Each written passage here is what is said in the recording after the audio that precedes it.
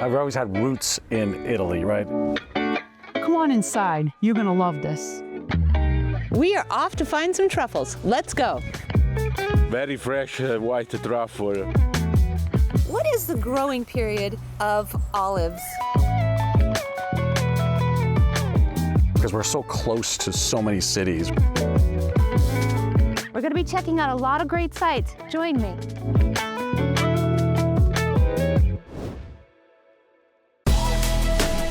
Welcome to DeWolfe Living. I'm your host, Tammy DeWolfe, and in this segment, we're going to discover hidden treasures in the hills of the Tuscany region of Italy. And then we're going to go to the Italian neighborhood of the North End of Boston.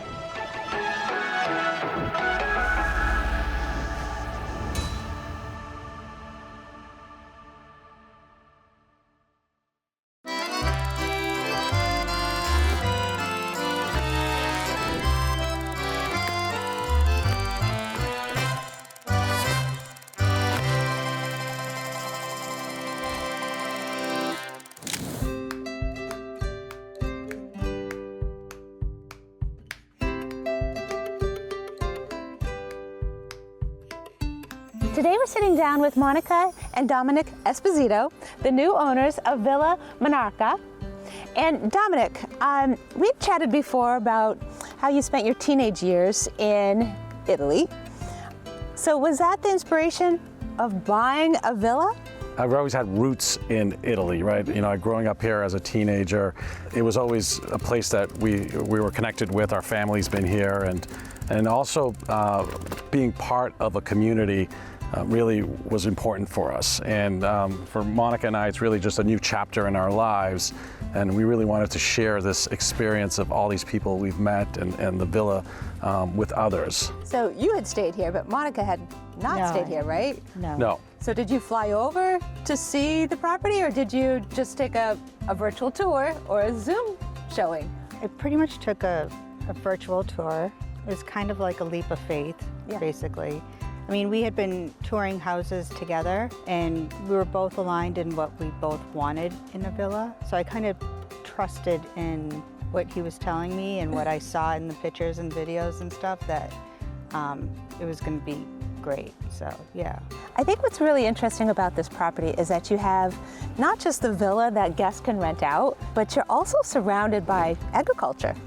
That's right. It was really important for us. It was really on our bucket list to want to be part of, if you will, the land, right? So, you know, we have olive groves and soon to be a vineyard, and, you know, on a small scale, but it allows us to make wonderful products for our guests. And also, you know, we've been slowly exporting some of those to the US. So it's been great. It's been, you know, getting back to the land and back to, you know, getting your hands dirty, if you will. Sure. So have you started making products from the agriculture that you have here on the property? We have. Our first real hit has been our olive oil. And so we've been exporting that under Podere Lebre Bianca, and, you know, and it's sort of a family affair, right? My daughter's designed the labels. We've worked on some of our, you know, contacts that we have in the industry to really be able to export it and manufacture it all here in Italy, and it's the real deal. It's fantastic, you know, olive oil that, you know, really high quality stuff. And you mentioned the vineyard. Will you be producing a certain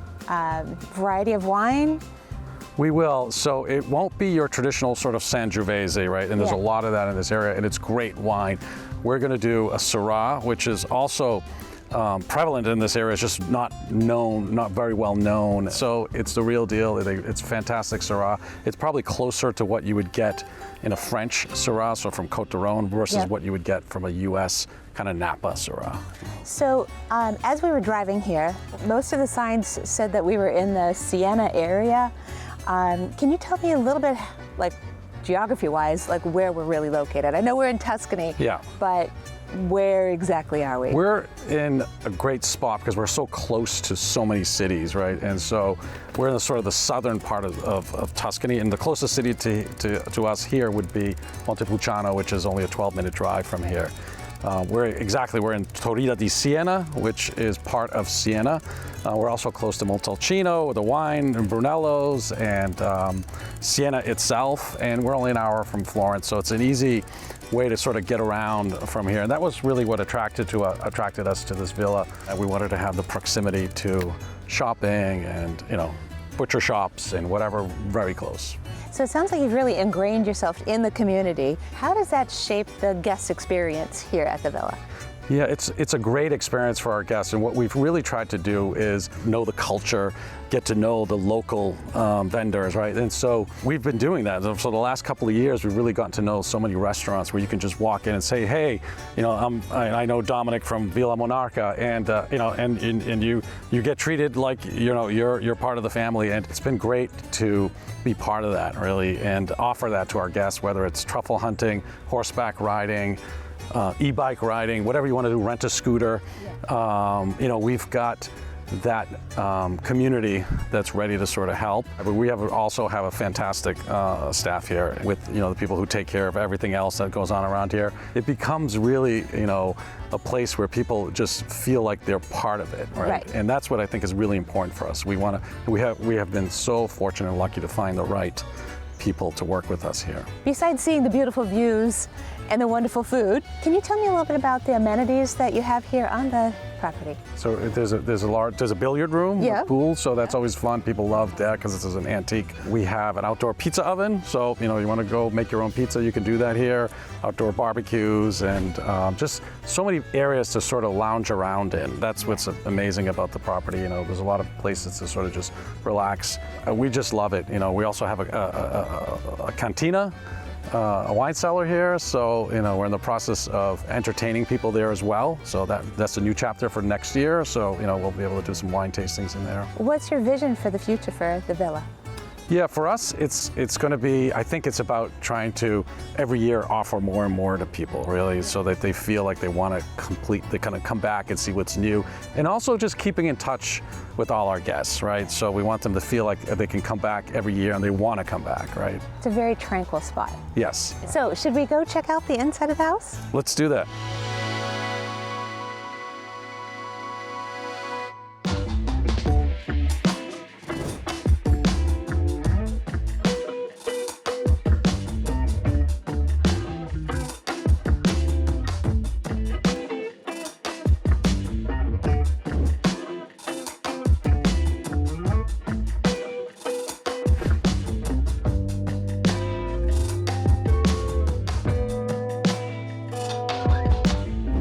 Thank you for the tour. And Monica, it's been a pleasure. Dom, it's been a pleasure getting to know your inspiration for this villa. I can't wait to see what you do with it.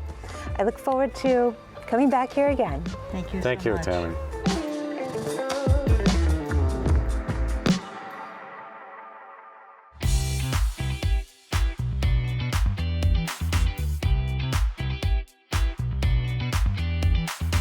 We are off to find some truffles. Let's go.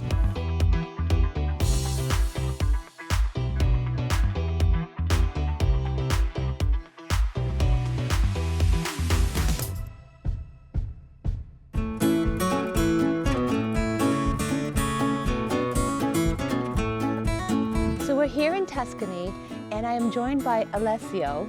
Alessio, can you tell us what kind of truffles are we looking for here in Tuscany? Yeah, and now today we are looking for white truffle. That is the white gold called by us. Probably the most delicious, by me for sure. And who are these two little pups that are joining us today? Yeah, now I have my two dogs. You, that is 12 years dog. That is the mommy of Mimi, that is a 4-year-old dog. And how long have they been truffle hunters? Yeah, they are truffle hunters by his day zero from the Since they were born. Since they were born. Yeah. Nice, nice. For sure. And is this a protected area? Can anybody come here to? No. This is a protected area, maintained by me and another friend, and it's a little bit easier to catch some truffle here, but The white gold is a very difficult hunt, and now we will see what we can do. Awesome. Well, are we ready to go? We are ready to go. Let's go. Go. Today we are hunting the white truffle, the white gold, the best truffle in the world. If we have a good rainy summer, we will have a good quantity of truffle. High quantity, low price. Low quantity, big price. This is the tool of the truffle hunter. We can follow me. We are so lucky. I think we have the first one. Very good. I mean, we're so happy. Bye. Another one. They are drunk by truffle. Brava. The smell is very good. Very good quality truffle. Vai Mimì, dai, dov'è?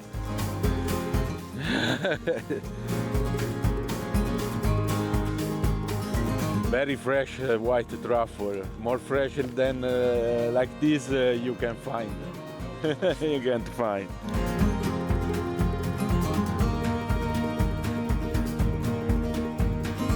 Alessio, thank you so much for helping us find white gold today, and your pups did an amazing job. I look forward to cooking this up a little bit later today. I hope you enjoy. Thank you. Thank you to you.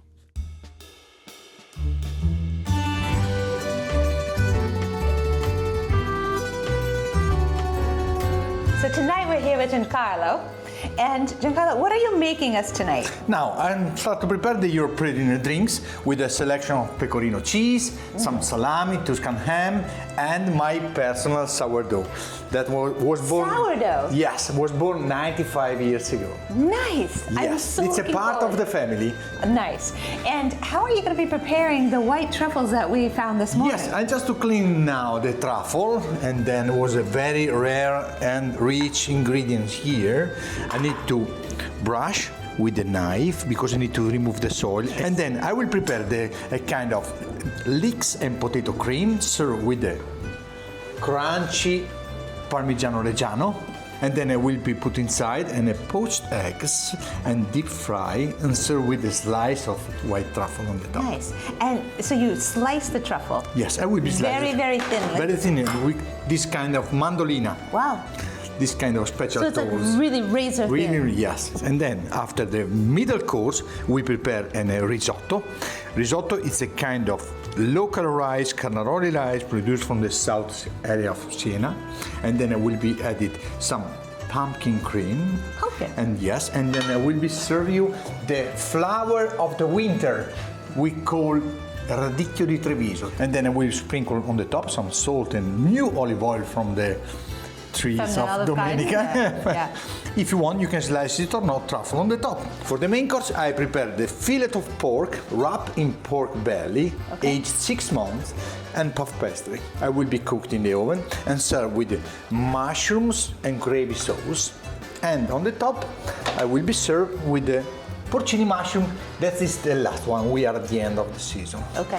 For the dessert, I prepare a chocolate mousse with the puff pastry, caramelized, and the raspberries. I'm just drooling. It's my job, that one. I am so looking forward to tasting this. I cannot wait.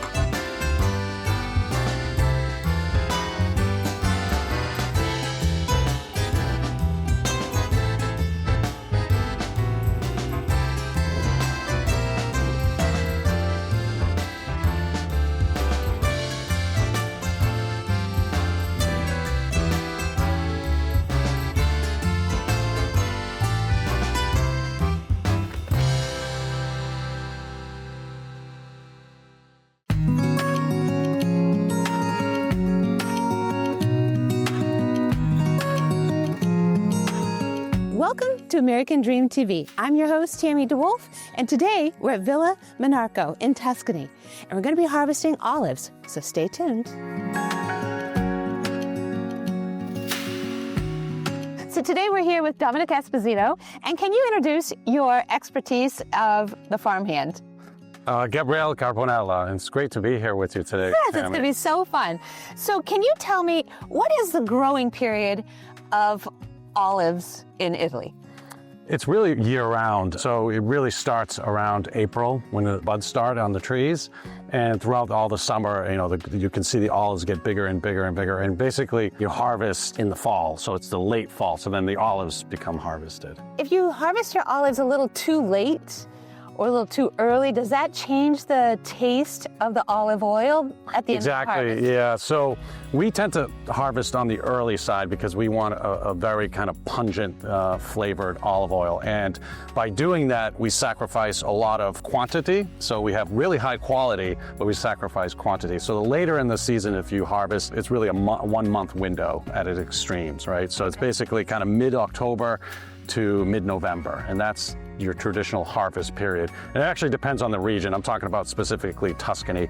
The further south you go, the earlier they harvest. And the further north, where it's colder, the later they harvest. The later they harvest. So what variety of olives will we be picking today? Licino. Primary plant that we have is called the Licino plant, which is prevalent in this area. And we also have some Frontoio mixed in here, which is another quality. The new olive grove that we planted, we did half and half. We were able to do a single varietal. What we also planted was another 10 trees that are basically pollinators. That increases, the livelihood of the growth. Yeah. So it really helps, and those are kind of, interspersed with the new olive grove. So it's a technique that will allow that grove to really flourish in the next 5 years. And how long will it take those trees to grow and to actually produce? About 4 years before we start getting some production, but it'll be 5 to 6 before it'll be a serious. And so today we're going to be harvesting olives. Can you tell us about a couple of techniques that we're going to be using, or is there more than 2 techniques? Because we're a small family-owned farm, we're basically hand-picking the olives. Still using some, mechanism, but it's very similar to what people would do. I remember my grandparents would use these long bamboo sticks, and he would whack the olives, and that's still considered you put the netting down, and that was the old way to do it. And now the technique has gotten a lot different, so you'll see them with these, they're called, in Italian, they're called abbacchiatore, and basically it's like a big hand and attached to a battery, and you'll see this thing kind of go crazy, but you can't get all the olives, so then we have these individual rakes that, that everyone would come in and rake down all the olives as well. After a while, then all of them come down, and then you scoop them up and you put them into these cases.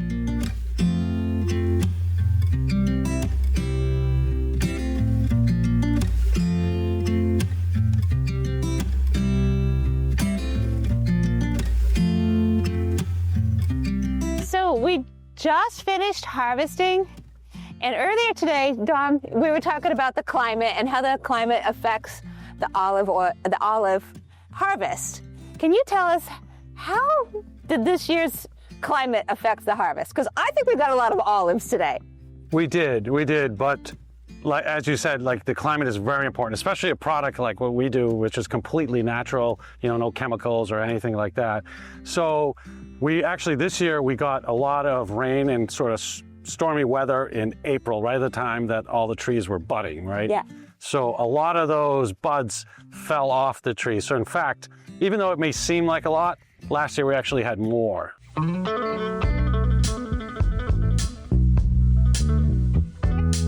So Dom, we're here at the mill getting ready to process your olives. Who are we joined with today?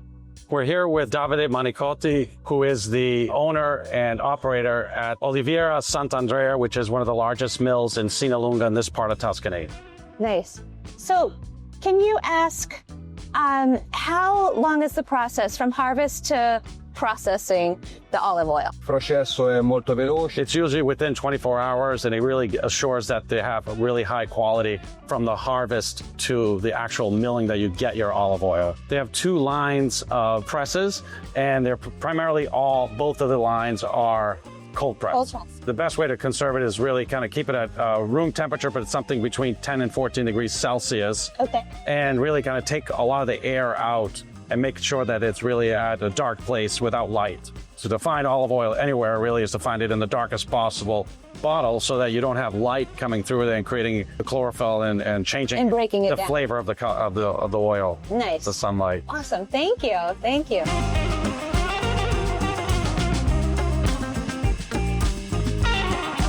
I'm your host, Tammy DeWolfe, and I look forward to seeing you next time.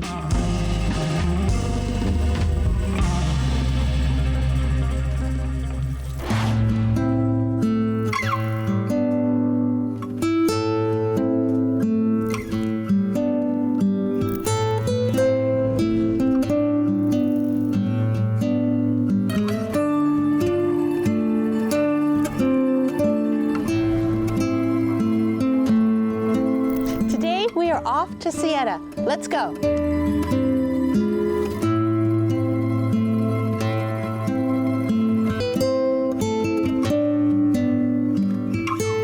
Now we're in Siena. We're going to be checking out a lot of great sights. Join me.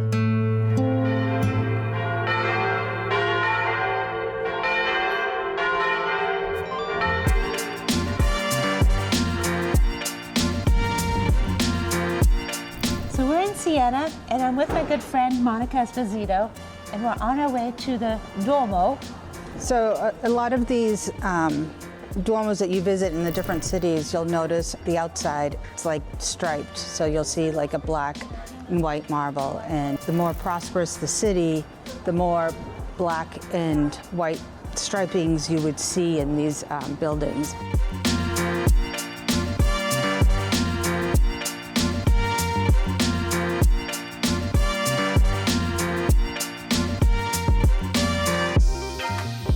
We're here this afternoon having lunch with our good friend Dominic Esposito. And Dom, can you tell us where we are this afternoon? We're at the historic center of Siena at Piazza Il Campo, and we're having lunch at Bar Manganelli. Nice. And you should really come and check out this restaurant. Salute.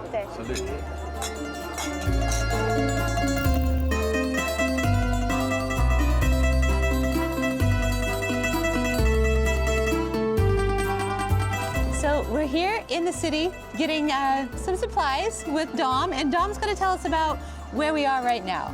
In fact, we're at Macelleria Belli, right in the center of Torrida di Siena, and it's a wonderful butcher shop. They make all their own deli meats, prosciutto, sausages, and as well as the bistecca fiorentina and chicken, and it's all here, and it's all wonderful and And fresh. it's all fresh. Exactly. That's the key. So Dom, this is beautiful. Can you tell us where are we today? We're in the center of Torrida di Siena, which is a small town in Siena, Yeah. in the region of Siena, and it's a beautiful place. It's very small, but and they do a lot of activities here during the summer. And it's just a beautiful event.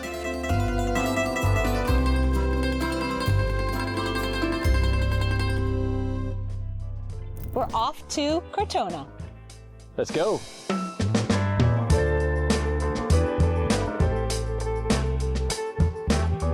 We're spending the evening in the city of Cortona.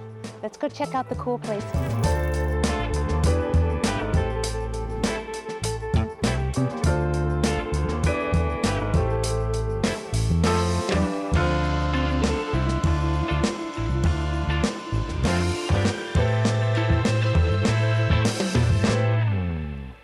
Today we're off to Montepulciano. Let's go.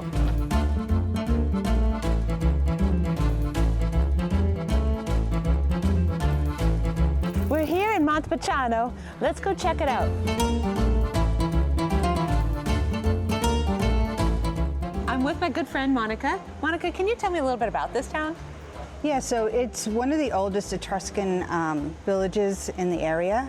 There's a lot of Etruscan ruins. Actually, in the top, there's a bar that has clear glass floor, and you can see the actual ruins on the floor, Oh, so that's cool. really cool. But it's also well known for its wine. The Vino Nobile. It's a really fun That's spot. pretty cool. That's really awesome. Well, thank you so much. Let's go check it out.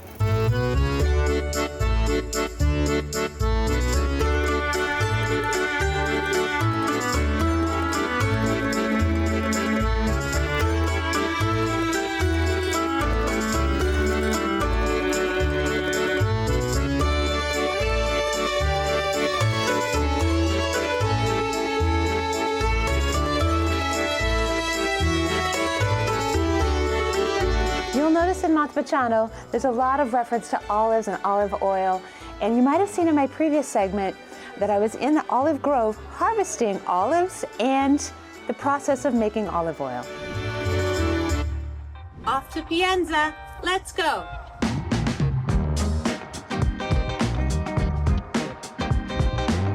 We're here exploring the small town of Pienza. It's known for its pecorino cheese, and it's also known for its architecture from the medieval and Renaissance times, which makes it a great spot to shoot movies, such as The Gladiator.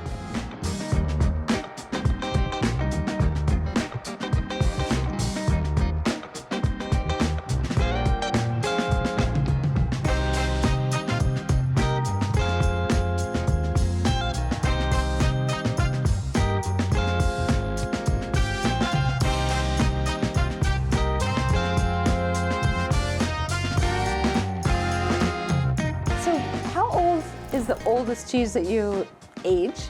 The more age is the bigger, it's 2 years. But more big, more time for age. This is age like in the past with the walnut leaves in summer and bay leaves in winter. Which is all as production my brother do is only sheep cheese. Only sheep. And only pasteurized.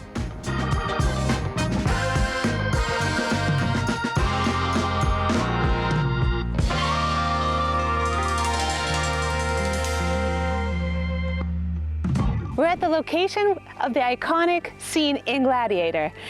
And touching these weeds, I feel like a gladiator in Pienza.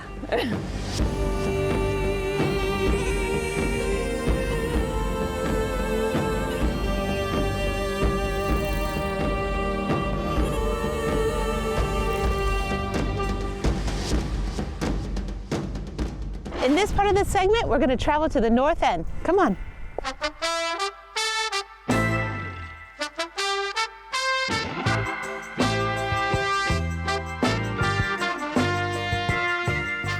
North End with my good friend Tony Gilardi, the expert of the North End with Gibson Sotheby's International Realty. Tony, where are we right now? So Tammy, thanks for coming down to the North End. We always love a visit from our friend Tammy.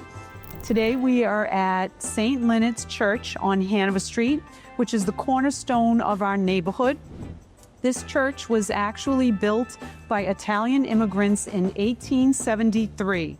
As the years went on, land was donated to the church and it became the Peace Garden, which I have had the privilege over the last 5 years to maintain for this church. Come on inside, you're gonna love this.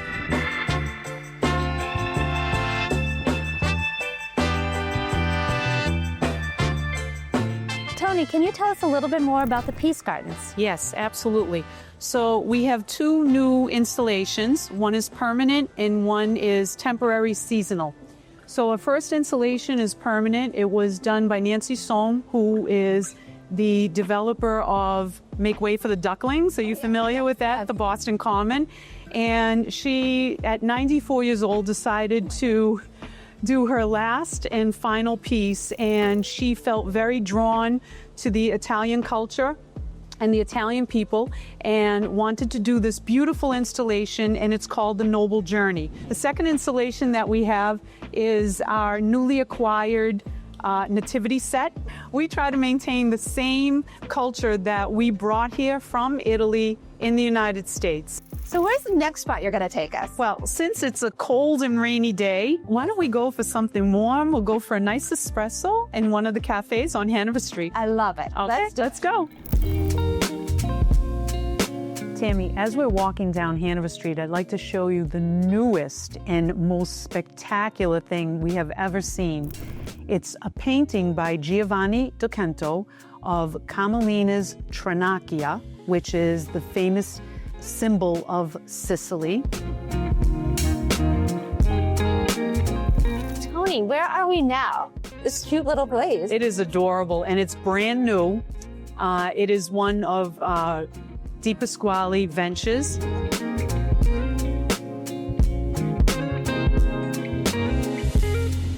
So what draws buyers to the North End? Well, I mean, there is the original. I know what I love about it, but it's the food.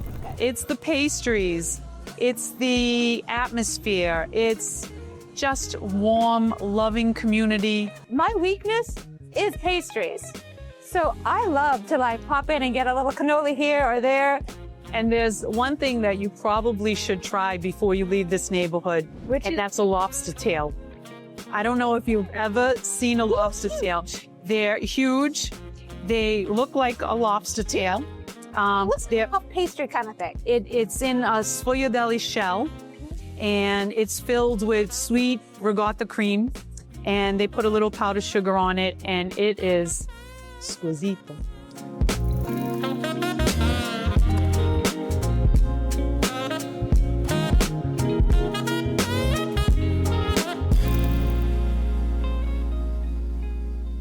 We just finished touring the North End with Tony, and I'm going to take my treats from Dolce. Thank you for watching DeWolfe Living. Stay inspired, live boldly. I'll see you next time.